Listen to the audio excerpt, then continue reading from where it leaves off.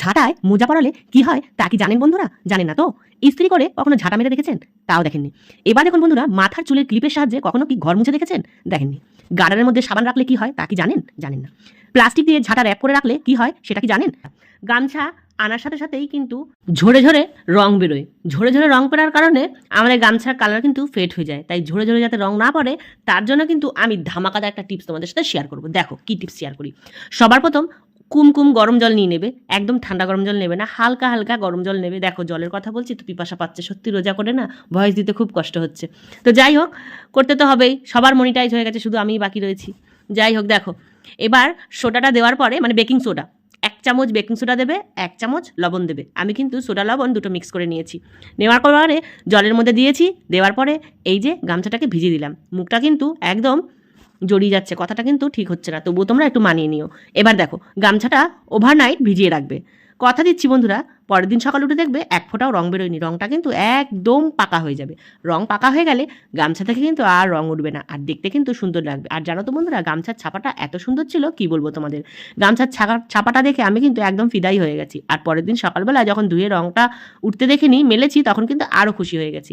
বন্ধুরা, আজকের থেকে তোমাদের সাথে কিন্তু প্রতিদিন আমি ভিডিও শেয়ার করব, একদিনও গ্যাপ যাবে না। যারা যারা আমার চ্যানেলকে রোজ ফলো করো তারা কিন্তু অবশ্যই আমার পাশে থেকো, আর নতুন বন্ধুরা অবশ্যই আমার পাশে থেকো, আমিও তোমাদের পাশে থাকবো। এবার চলে এলাম 2 নম্বর টিপস নিয়ে। দেখো বন্ধুরা, সাবান আমরা কিন্তু বেশিরভাগই এরকম ঢাকনাওয়ালা বক্সে লাগিয়ে রাখি বা এমনি খোলা বক্সেও রাখি।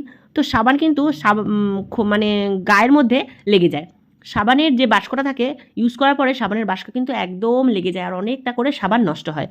আমি কিন্তু এই বক্সে তোমাদের সাথে দেখাচ্ছি, তোমরা যখনই সাবানের বক্স কিনবে এরকম টাইপের খোলা বক্স কিনবে। খোলা বক্স কিনলে কিন্তু অনেক সুবিধা, আর ঢাকনা বক্সে অবশ্যই অসুবিধা, কারণ ঢাকনা বক্সে সাবান কিন্তু বেশি গলে যায়, আর এই শুকনো বক্সে এই খোলা বক্সের সাবান কিন্তু অনেকটা শুকনো থাকে। কিভাবে দেখো, প্রথমেই সাবান কেসের মধ্যে একটা পাশে, দুটো পাশে এরকম দুটো রবার লাগিয়ে নেবে। রবার লাগিয়ে নিলে কি হয় জানো বন্ধুরা, সাবান গলে গলে কিন্তু সাবান কেসে পড়ে না, সাবানটা কিন্তু ড্রাই থাকে, সাবানটা খুব তাড়াতাড়ি শুকিয়ে যায়। তোমরা কিন্তু এইভাবে সাবান নিজেদের রাখতে পারো, তাহলে দেখবে সাবানের খরচটা অনেকটা কম হবে। তো বন্ধুরা, কেমন লাগলো এই টিপসটা অবশ্যই বলবে। সাবান কিন্তু খরচা সবার হয়, বাথরুমে সাবান এভাবে রাখলে সাবানের খরচাটা কিন্তু অনেকটা কমে যাবে। তোমরা যারা ভাবছো ছোট ছোট কমেন্ট করছি, তোমাদের ভিডিও পুরো দেখছি না, না বন্ধুরা, সবার ভিডিওই পুরো দেখছি, কিন্তু ছোট করে কমেন্ট করছি। রোজার মাসটা একটু ছোট ছোট করে কমেন্ট করবো, তোমরা একটু মানিয়ে নিও। এবার দেখো বন্ধুরা, চলে এলাম ঝাঁটা নিয়ে। ইস, ঝাঁটা নিয়ে আবার চলে এলো, সবাই বলবে কমেন্টে আবার ঝাঁটা নিয়ে চলে এসেছি। হ্যাঁ, ঝাঁটা নিয়ে কিন্তু আজকে আর একটা দারুণ ভিডিও তোমাদের সাথে শেয়ার করব। দেখো বন্ধুরা, ঝাঁটা যত পুরনো হতে থাকে ঝাঁটা কিন্তু এরকম বেঁকে যায়, বিশেষ করে খাটের তলায়, ডাইনিং টেবিলের তলায়, সোফার তলায় এরকম ঝাঁটা ঢুকাতে গেলে তখন কিন্তু বেঁকে যায়, ভেঙে যায়, এরকম ঝাঁটা ছোট হয়ে যায়। তাই ঝাঁটা যাতে না ভাঙে সেই একটা উপকারী টিপস তোমাদের সাথে শেয়ার করব। বন্ধুরা, মোজা কিন্তু পুরনো হয়ে গেলে আমরা ফেলে দিই, তো পুরনো মোজা ফেলে না দিয়ে একটা ভালো কাজ তোমাদের সাথে শেয়ার করব। দেখো, পুরনো মোজা ফেলে না দিয়ে এইভাবে ঝাঁটাতে পরিয়ে নেবো। দেখো, এইভাবে ঝাঁটাতে পরাতে গেলে কিন্তু একটু অসুবিধা হবে, তো এইভাবে অসুবিধা যাতে না হয় তার জন্য আমি তোমাদের সাথে আর একটা বুদ্ধি বার করে দেখাচ্ছি। সামনের দিক দিয়ে ঝাঁটা ঢুকাতে সত্যি অসুবিধা হবে মোজা, কিন্তু ঝাঁটার পিছন দিক থেকে মোজা ঢুকালে তখন কিন্তু সুবিধা হবে, কিন্তু মাথাটা যদি কেটে না নিই তখন কিন্তু ঝাঁটার মুখে ঢুকাতে গেলে তখন আটকে যাবে। তাই ঝাঁটার মুখে ঢোকানোর আগে মোজাটাকে একটু ভেঙে নিতে হবে, মানে সামনে থেকে কাঁচি দিয়ে কেটে নিতে হবে। দেখো, কাটার কথা বলতে গিয়ে ভেঙে দিচ্ছি, কী যে উল্টোপাল্টা বলছি নিজেই জানি না। যাই হোক, তোমরা একটু মানিয়ে নিও।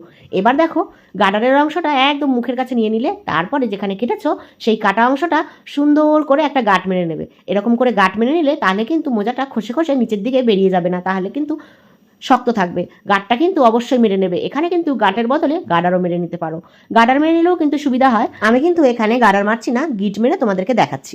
গিট মারার পরে তোমাদেরকে বলি যে এই মোজা এবার আমি কি কি কাজে লাগাবো। এটা কিন্তু অনেক কার্যকরী একটা জিনিস হয়েছে, সত্যি বন্ধুরা, তোমরা দেখলে অবাক হয়ে যাবে যে আমি কি করি ঝাঁটার মধ্যে মোজা পরিয়ে। তোমরা খালি ভাবছো যে পাগল ঠাগল হয়ে গেছে মনে হয়, ঝাঁটার মধ্যে মোজা পরিয়ে কী সব দেখাচ্ছে। না গো বন্ধুরা, দেখো, এই যে চিপা চাপার মধ্যে যখন আমরা ঝাঁটা ঢুকাই তখন কিন্তু ঝাঁটার মুখগুলো সত্যি ভেঙে যায়। বলো তোমরা ভাঙে না? তোমাদের ভাঙে কি না অবশ্যই কমেন্টে জানাবে।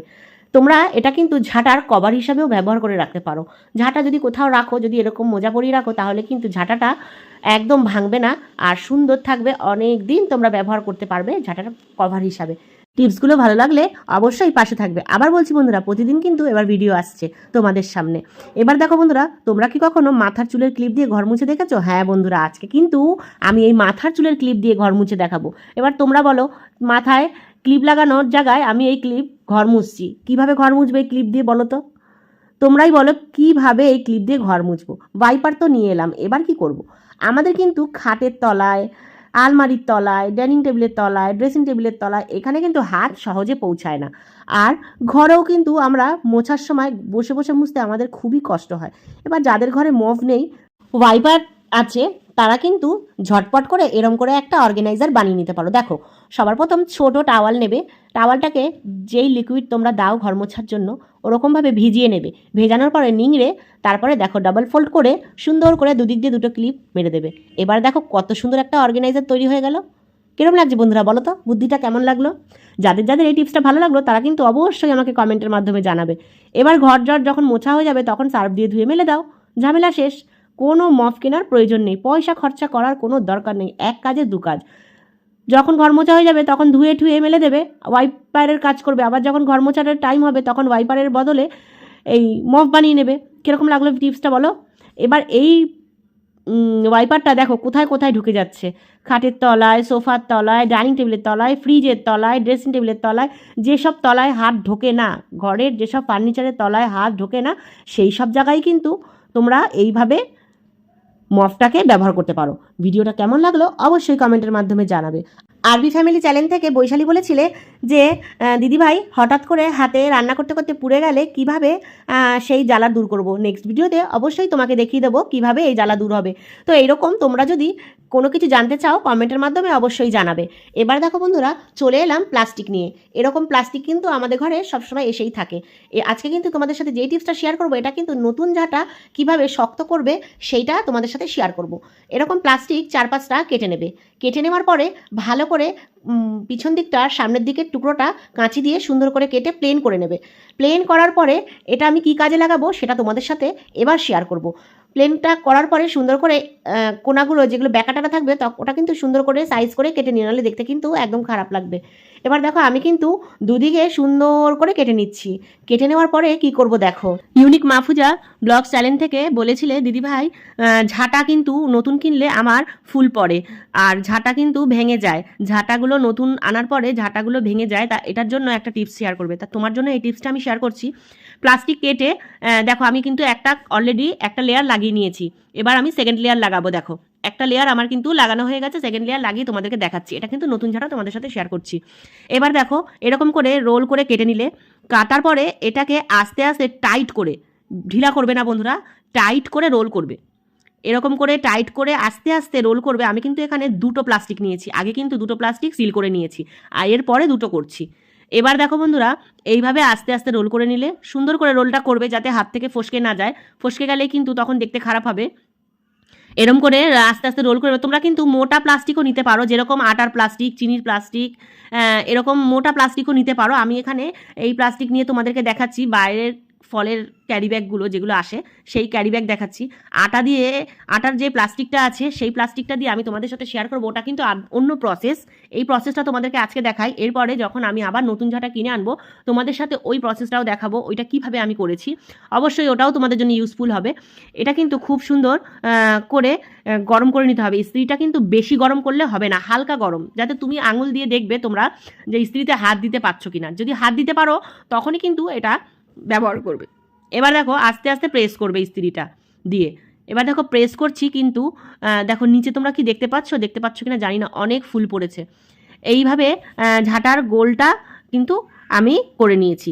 আর এই ঝাঁটার মধ্যে গরম ইস্ত্রি আর ভালো করে গরম করলে কিন্তু ঝাঁটার যে ফুলগুলো থাকে সেইগুলোও ঝরে ঝরে পড়ে যায়। আমি কিন্তু এর আগে একটা ভিডিওতে তোমাদের সাথে শেয়ার করেছিলাম ঝাঁটার ফুলগুলো কিভাবে ফেলতে হয়। তো ইস্ত্রি করে কিন্তু দেখো আমি পুরো এই নোংরাগুলো ফেলেই দিয়েছি, তোমাদের সামনে দেখাইলাম কতটা ফুল বেরিয়েছে। এরপরে তোমাদের সাথে নতুন ঝাঁটা এনে আরেকটা টেকনিক দেখাবো, সেই টেকনিকে তোমরা কিন্তু ঝাঁটা ফুল ঝরাতে পারবে। এরকম কিচেন রিলেটেড, হোম রিলেটেড যে কোনো বিউটি টিপস, যে কোনো টিপস তোমাদের সাথে শেয়ার করতে আমার কিন্তু ভালো লাগে। আর তোমরা যখন সুন্দর সুন্দর কমেন্ট করো তখন কিন্তু সেই কমেন্ট পড়তেও আমার ভালো লাগে। আজকের টিপসগুলোর মধ্যে কোন টিপসটা তোমাদের কার কার প্রয়োজন ছিল সেটা কিন্তু অবশ্যই কমেন্টের মাধ্যমে জানাবে যে কার কোন টিপসটা প্রয়োজন ছিল।